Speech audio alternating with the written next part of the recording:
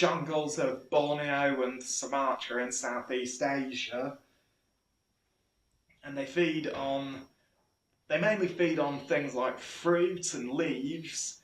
And of course, in the 1950s or 60s, I think it was, a young David Attenborough went to Borneo to actually film orangutans for Zoo Quest, which was an incredible thing back then.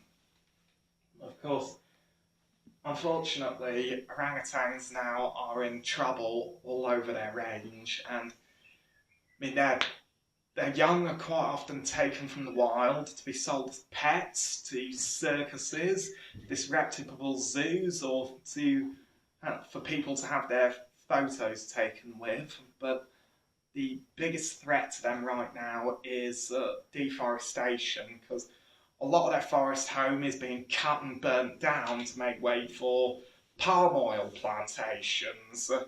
Palm oil is a big thing. It's the main oil these days that is used in everyday products like food and hair products like shampoo, and it's used in a lot of things you get at your local supermarket. And unfortunately, the demand for palm oil is bringing the ancient forests these animals rely on to the ground. But there are ways of protecting their habitat, like for instance buying palm oil, like eco-friendly palm oil products, like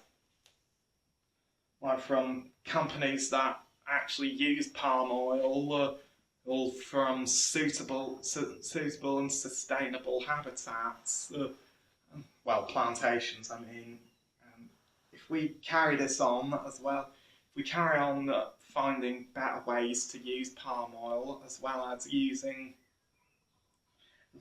breeding populations in captivity, we could save the old man of the forest from disappearing forever. Now, I mentioned a few times about people who are hunting animals for money, but also those who are protecting them. And here they are, the Anti-Poaching Squads and the Poachers. Now, poachers are people who target and hunt animals for money, and quite often, especially in Africa, it's things like elephants, rhinos, chimps, gorillas, and pangolins. Now, of course, what you've got to understand is a lot of the poachers are just very, very desperate people, and a lot of them come from communities riddled with poverty, Ebola, malaria, and crime, and a lot of them are just very desperate to feed themselves or their families. And while I understand that sometimes people get desperate, you can find better ways of earning money for your family, and that's what the Anti-Poaching Squads are for, because they are the wildlife heroes for me. I mean, a lot of them are ex-military, and they spend a lot of their time out in national parks tracking poachers and protecting the animals, and that can be a very dangerous job, as poachers are heavily armed, they're well organised, and they are incredibly dangerous when they want to be, and many rangers lose their lives because of these. But if poachers are caught, quite often they are sentenced to 25 to 50 years in jail, and a lot of them don't survive long in jail.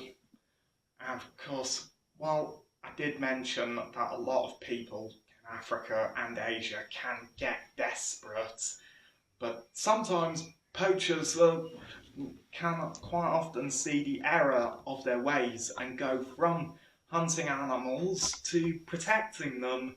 Like in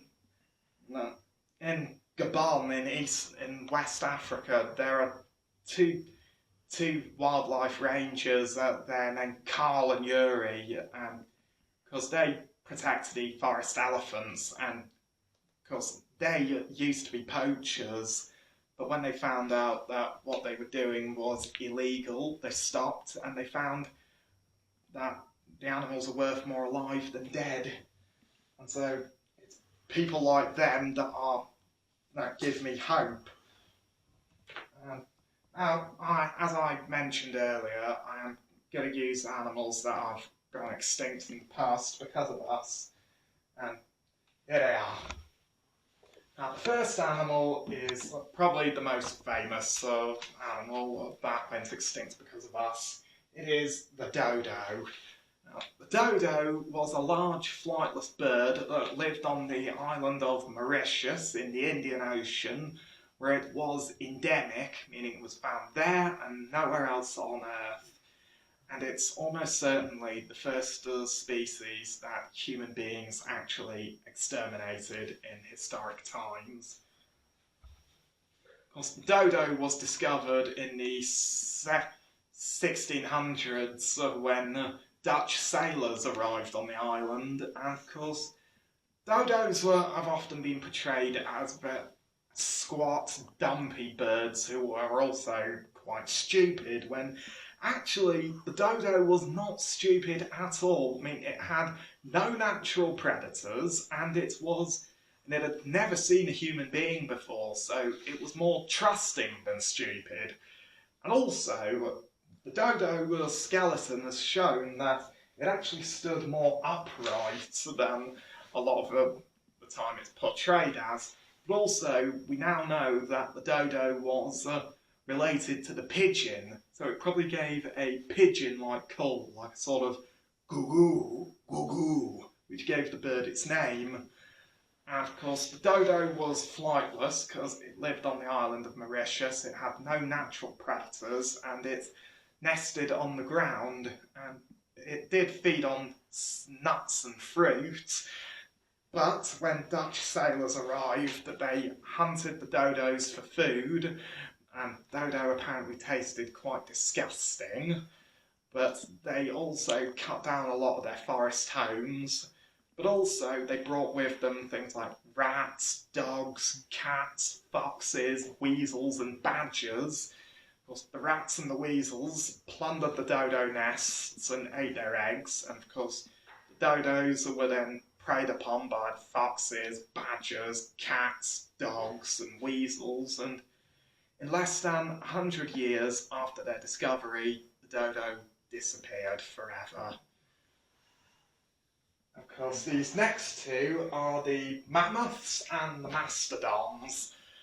They're both relatives of the elephants, and they were around during the Ice Ages over 2 million years ago. Now, the mastodons lived in North America, and of course they lived in North and Central America, but of course the mammoth was found in North America as well as Europe and Asia. And of course, there's a big debate about why these animals went extinct 10,000 years ago, but the theory I always say is that maybe it was a combination of both. I mean, it could have been climate change, where at the end of the Ice Age, the ice retreated northwards and their habitat disappeared, and they weren't fully adjusted to the warmer habitat, the warmer climate. But also, it has been proven that mammoths were hunted by early humans who hunted them for their meat, their fur, their tusks and their bones. Of course, that could have also happened with the mastodons, and the most heartbreaking part is that we, early humans, didn't know any better, and of course we drove these giant beasts to extinction in about 10,000 years ago. We didn't give the mammoths or the mastodons time to adapt to the changing world. And so, I mean, we may never know how they really became extinct, but my theory is it was a combination of climate change and overhunting by early humans. The next animal here is the one that has fascinated me more than any other extinct animal for well over a decade. It is Aepyornis maximus, also known as the elephant bird.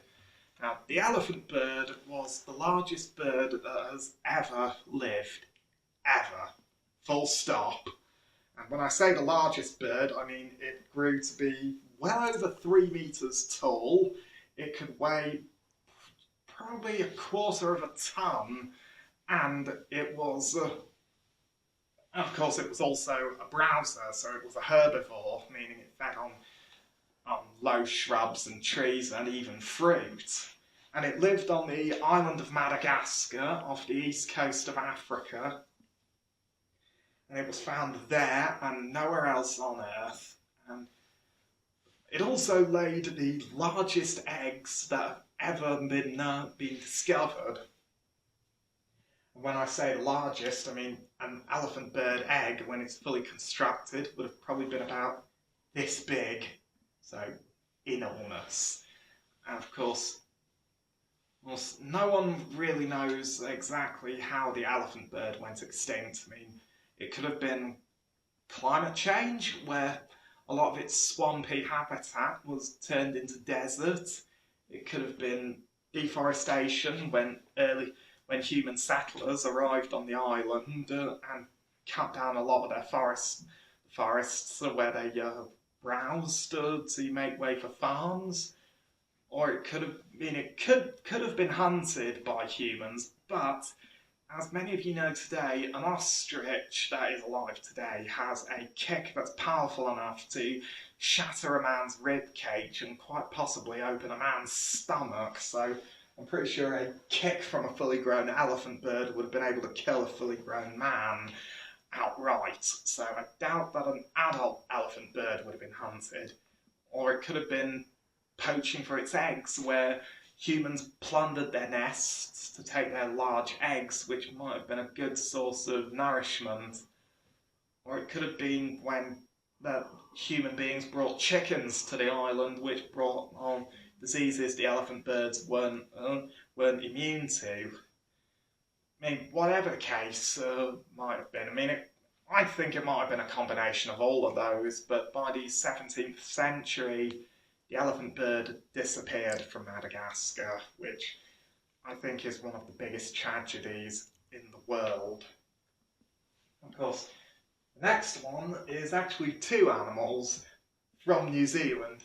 They are the moas and Harpagornis. Now, the moas were the tallest birds in the world. There were 7 different species, but the largest one grew to be about 3 meters tall, so they weren't as big as an elephant bird, but they were just as tall. They were herbivores, so they fed on plants, and they were also native to New Zealand. And of course, the Maori people of New Zealand had legends of these giant birds, but Europeans dismissed them as myths until in 1839, when Professor Richard Owen, who was the curator of the Natural History Museum in London, managed to get enough bones of a moa to put one together, and he learned that this was no myth. Of course, the giant eagle there was Harpagornis, also known as the Haast's eagle. It was the largest eagle that has ever lived. When I say the largest, it had a beak the size of a butcher's cleaver, talons as big as the claws of a tiger, and it had a massive wingspan. It probably would have been a lot heavier than me, and it was the main predator of the moas. Now, we know that Harpagornis preyed on moas because moa skeletons have been found with holes stabbed through their pelvic bones that match the grasp of the eagle's claws. But when the Maoris of New Zealand arrived in New Zealand a few hundred years ago, they cut down a lot of the forests that the moas relied on, and they also probably hunted the moas for food, and Harpagornis, which was the top predator of New Zealand, as when the mowers disappeared, the Hast eagle disappeared as well. And that's